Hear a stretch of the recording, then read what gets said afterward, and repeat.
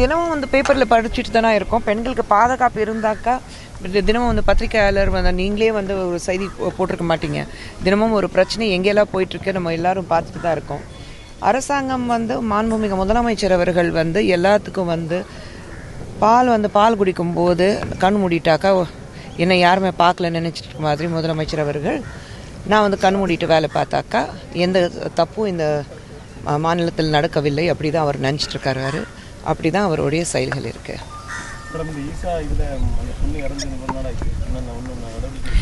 இல்லை நடவடிக்கை மட்டுமல்ல, அது வந்து விசாரணை நடந்துட்டுருக்கு. பட் அது எந்த வகையில் அரசாங்கம் அது வந்து முன்னாடி கொண்டு போகிறாங்க அதுதான் பார்க்கணும். ஏன்னா ஒரு பெண் உயிர் இழந்திருக்கானா அது நல்லபடியாக விசாரணை நடக்கணும்.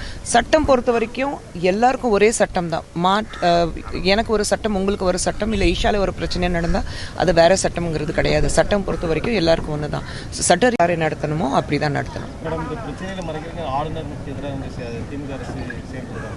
இல்லை ஆளுநருக்கு எதிராக வந்து அவங்களுக்கு மேலே ஒருத்தர் இருக்கிறாருன்னா ஒரு வகையில் வந்து அவர் வந்து ஒரு பாதுகாக்கிறதுக்காக தான் நம்ம மாநிலத்தில் ஒரு ஆளுநர் இருக்கிறாருன்னா அதுவும் தாண்டி நாங்கள் பேசுவோம். நாங்கள் சொல்லி கொடுத்தது நாங்கள் எழுதி வச்சதை மட்டும்தான் அவர் படிக்கணும். அந்த வகையில் அந்த சட்டசபையில் ஆளுநர் அங்கிருந்து வெளியில் போகும்போது பொன்முடி அவர்களுடைய செயல் நம்ம பார்த்தோம்.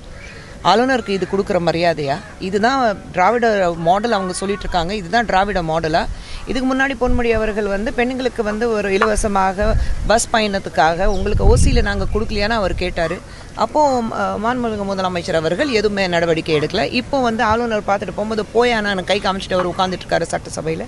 இதுதான் அவங்களுடைய திராவிட மாடல். மற்றவங்களை இழிவாக பேசுகிறதோ இல்லை கேவலப்படுத்துறதோ இல்லை அவமரியாதையாக நடக்கிறதோ இதுதான் திராவிட மாடல். நான் கேட்குறேன். எதுவுமே இல்லை. நான் 2 படமும் இது வரைக்கும் பார்க்கல. ஸோ என்னால் எதுவுமே சொல்ல முடியாது. இளைஞர்கள் வந்து போதை பழக்கத்துக்கு அடிமையாகிட்டே இருக்காங்க. தமிழக அரசு ஒற்றுமையாக ஒழிக்கிறதுக்கு எதுவும் நடவடிக்கை வந்து நான் ஸ்டேட் வைஸ் மாநிலத்தில் பிரித்து நான் பேச விரும்பலை. நம்மளுடைய இளைஞர்கள் அவர்கள் வந்து எல்லோரும் வந்து போதைக்கு அடிமையாகிறாங்கன்னா இது ஒட்டுமொத்தமாக ஒரு நம்மளுடைய நாடு பார்க்கும்போது அப்படி தான் நம்ம பார்க்கணும். தமிழ்நாட்டில் மட்டும் நடக்குது, வேறு ஒரு மாநிலத்தில் நடக்கவில்லை அப்படியில் பார்க்க முடியாது. ஒவ்வொரு இடத்துலையும் ஒரு பிரச்சனை இருக்குது. பஞ்சாபில் மிகப்பெரிய பிரச்சனை இதுதான் இருக்குது.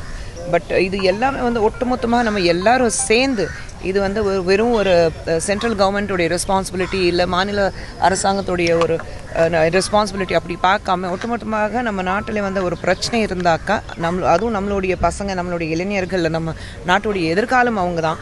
அவங்களுக்கு குறித்து ஒரு பிரச்சனை இருந்தாக்கா நம்ம எல்லாரும் ஒன்றா சேர்ந்து இதுக்காக பாடுபடணும். இதுக்காக வந்து ஒரு சட்டங்கள் கொண்டு வரணும், நடவடிக்கை எடுக்கணும்.